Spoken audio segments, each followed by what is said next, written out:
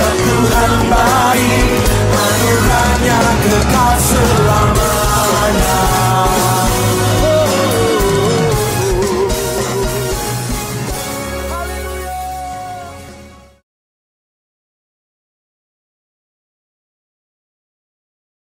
Shalom, mari kita siapkan hati kita untuk mendengar firman Tuhan pada hari ini. Mari kita berdoa. Tuhan Yesus, terima kasih untuk masa ini kami siapkan diri kami untuk memuji Engkau dan mendengar firman-Mu. Dalam nama Yesus kami berdoa. Amin. Amin.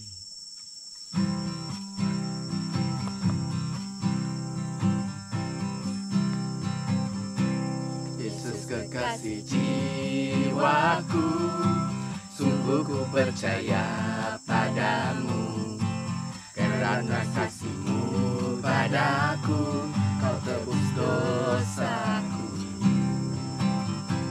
Dari terbitnya matahari dan sampai terbenamnya, Kau angkat lagu pujian, tinggikan nama-Mu.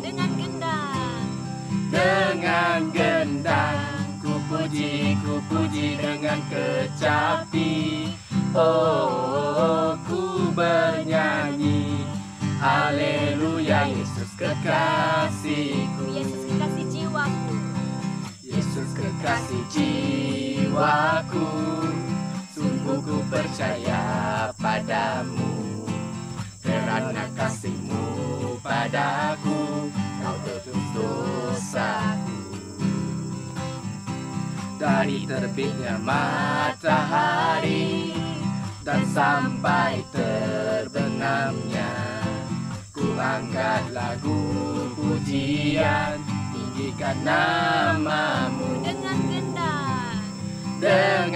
gendang ku puji dengan kecapi.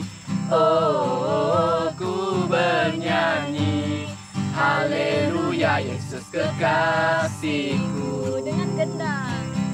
Dengan gendang ku puji dengan kecapi. Oh, ku bernyanyi haleluya, Yesus kekasihku. Ku bernyanyi haleluya, Yesus kekasihku. Ku bernyanyi haleluya, Yesus kekasihku. Haleluya, haleluya, haleluya. Haleluya.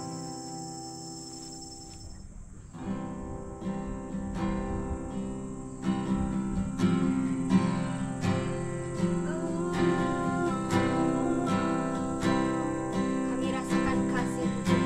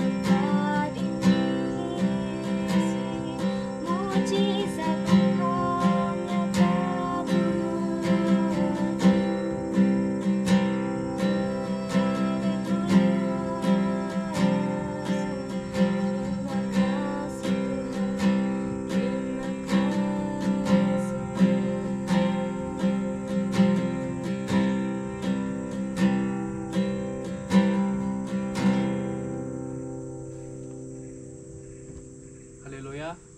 Mari kita membuka hati untuk memuji Tuhan dan juga mempersiapkan diri untuk mendengar firman Tuhan. Saudara, hari ini saya ingin membawa kita merenung daripada firman Tuhan yang diambil daripada Filipi bab 2 ayat 3 hingga 4 yang berkata, "Jangan lakukan sesuatu bagi kepentingan diri sendiri atau karena kehendak menyombong diri. Sebaliknya dengan rendah hati, anggaplah orang lain lebih baik daripada diri sendiri. Utamakanlah kepentingan orang lain, jangan hanya kepentingan diri sendiri." Jadi saudara, Paulus menasihat jemaat yang ada di Filipi supaya tidak mencari kepentingan untuk diri sendiri atau untuk kebahagiaan diri sendiri, tetapi merendahkan diri dengan menganggap orang lain lebih penting daripada diri mereka sendiri dan tidak memikirkan kepentingan untuk diri sendiri. Jadi mengapa Paulus berkata demikian kepada jemaat yang ada di Filipi? Terdapat beberapa sebab yang utama mengapa Paulus mengatakan sedemikian. Yang pertama, Paulus menginginkan supaya jemaat yang ada di Filipi menjalani kehidupan yang berbeza daripada orang yang belum percaya. Sebab dengan menjalani kehidupan yang sedemikian, maka orang boleh mengenal bahwa mereka adalah orang yang mengikut Yesus di dalam kehidupan mereka. Dan yang kedua, saudara, Paulus berkata demikian sebab Paulus ingin jemaat yang ada di Filipi mengamalkan cara kehidupan yang menggambarkan bahwa mereka sudah hidup bersatu dengan Kristus. Sebab inilah tandanya bahwa mereka sudah bersatu dengan Kristus jika hidup mereka mementingkan orang lain dan melihat orang lain penting di dalam kehidupan mereka. Dan yang ketiga, saudara, Paulus menasihat mereka dengan mengatakan supaya jangan melihat kepentingan diri sendiri, tetapi lihat kepentingan orang lain. Sebab Paulus ingin jemaat yang ada di Filipi terus menjalani kehidupan yang bersatu dengan Kristus. Sebab hambatan kesatuan di dalam jemaat adalah sikap yang sentiasa mementing diri sendiri. Jadi kalau mereka tidak mementingkan diri sendiri, mereka dapat bersama-sama dapat terima satu yang lain. Karena mereka melihat orang lain penting di dalam kehidupan mereka. Jadi saudara, bagaimana dengan diri kita pada hari ini? Apakah kita telah menanamkan sikap yang Paulus sampaikan kepada jemaat yang ada di Filipi? Yaitu tidak mencari kepentingan untuk diri sendiri atau untuk kebanggaan diri sendiri, tetapi merendahkan diri dan menganggap orang lain penting dan utama di dalam segala perkara yang mereka lakukan. Jadi inilah yang Paulus inginkan mereka lakukan. Oleh itu saudara, marilah kita menjalani kehidupan yang sentiasa melihat orang lain penting dan lebih baik daripada diri kita sendiri. Dengan mengutamakan kepentingan orang lain, saudara, dan bukan hanya kepentingan diri sendiri, maka kita dapat mengekalkan kesatuan. Karena kita akan menanamkan penghargaan kepada orang lain dan kita dapat menanamkan rasa diterima karena kita menerima dan melihat mereka utama dalam kehidupan kita. Dan inilah yang Tuhan mau bagi kita dan setiap orang yang percaya. Baik pada waktu Paulus berkata kepada orang di Filipi maupun untuk kita yang ada pada hari ini. Jadi marilah kita membina sikap yang sentiasa melihat orang lain penting di dalam setiap yang kita lakukan. Mari kita berdoa.